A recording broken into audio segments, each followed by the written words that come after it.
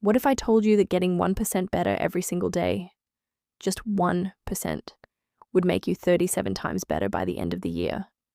That sounds almost too simple, right? Like something you'd put on a motivational poster and forget about by Tuesday. But James Clear spent years researching exactly why tiny habits produce massive results. And what he found is genuinely mind-bending. This is Atomic Habits. Let's get into it. Before we get into the ideas, let me give you a quick background on where this book comes from. James Clear is a writer and researcher who became obsessed with habits after a pretty brutal experience.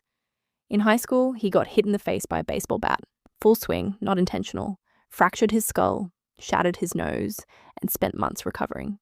He had to slowly, painfully rebuild his life using tiny daily routines. That experience gave him a front row seat to something most people never notice. Small actions, done consistently, completely transform who you are. Atomic Habits is the result of years of studying that idea. Published in 2018, it became one of the best-selling books of all time. Over 10 million copies sold. There's a reason for that. The advice actually works. The book is built around one central idea. Forget about goals. Focus on systems. Now, let's get into the first, and maybe most important idea in the whole book. Here's a story that explains everything. In 2003, the British cycling team was a joke. They hadn't won a Tour de France in over 100 years. European bike manufacturers literally refused to sell to them because they were afraid it would hurt their brand. Then they hired a new coach named Dave Brailsford. His philosophy? Find tiny improvements in everything. Bike seats, nutrition, sleep pillows, even the kind of pillow that helped riders sleep better on the road. He called it the aggregation of marginal gains. Within 5 years, the British team won the Tour de France. Then they won it again. In 10 years, they won 60% of the gold medals at the Olympics. So, what does that actually mean in numbers? James Clear puts it this way. If you get 1% better every day for a year, you end up 37 times better. If you get 1% worse every day, you drop to almost zero. The math is brutal in both directions. The takeaway here is simple but powerful. Your habits are your trajectory. Small choices don't feel significant in the moment, but they determine everything in the long run. All right, now let's talk about why most people fail at building good habits. And it comes down to a mistake almost everyone makes. Most people try to change their habits the wrong way. They start with outcomes. I want to lose 20 pounds. I want to write a book.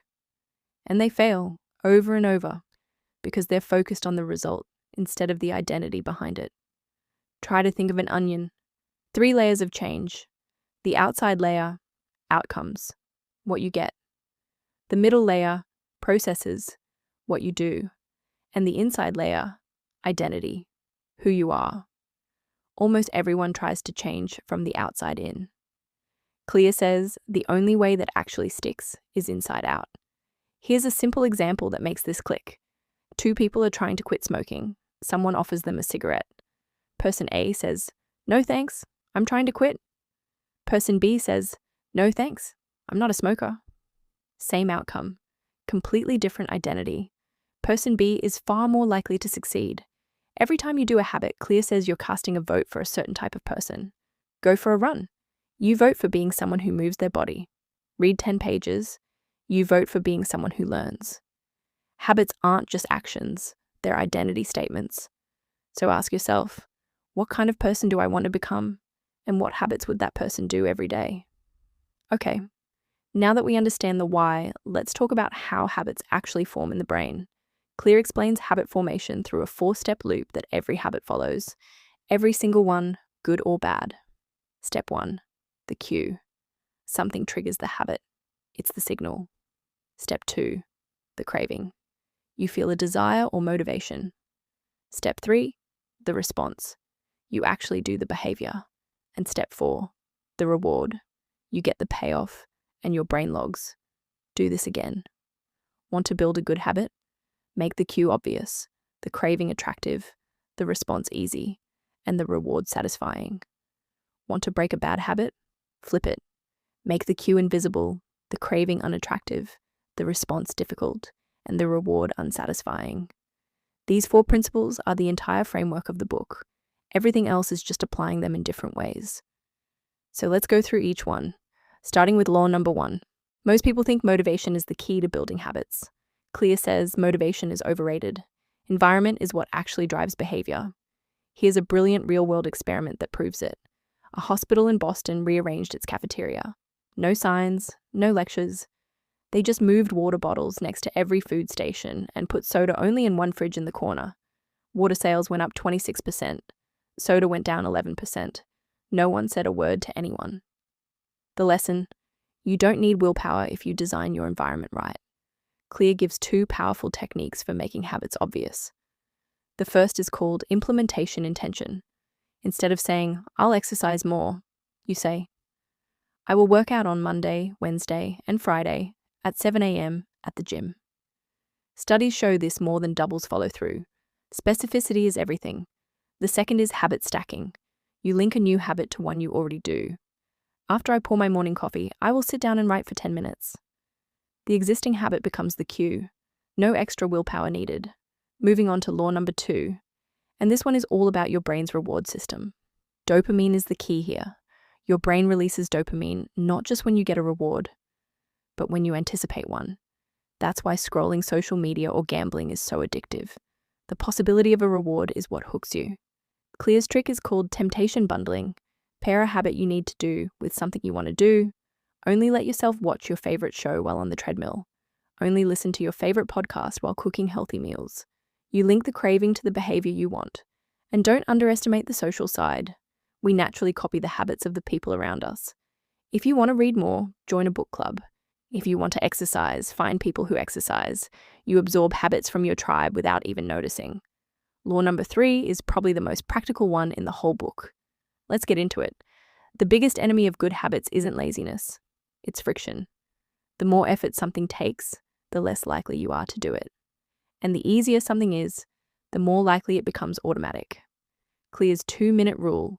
When starting a new habit, scale it down to something that takes 2 minutes or less. Want to read more? Read 1 page. Want to go to the gym? Just put on your workout shoes.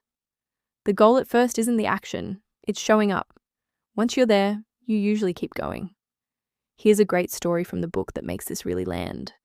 A choreographer named Twyla Tharp says her morning routine is to wake up, put on workout clothes, and take a cab to the gym. She doesn't think of the workout as the habit. The habit is calling the cab. Everything else follows automatically. The idea is to reduce friction for good habits and increase friction for bad ones. Victor Hugo locked all his clothes in a box so he couldn't leave the house, and he wrote The Hunchback of Notre Dame in one winter. And finally, law number 4. This one is about making sure your brain actually wants to repeat the habit.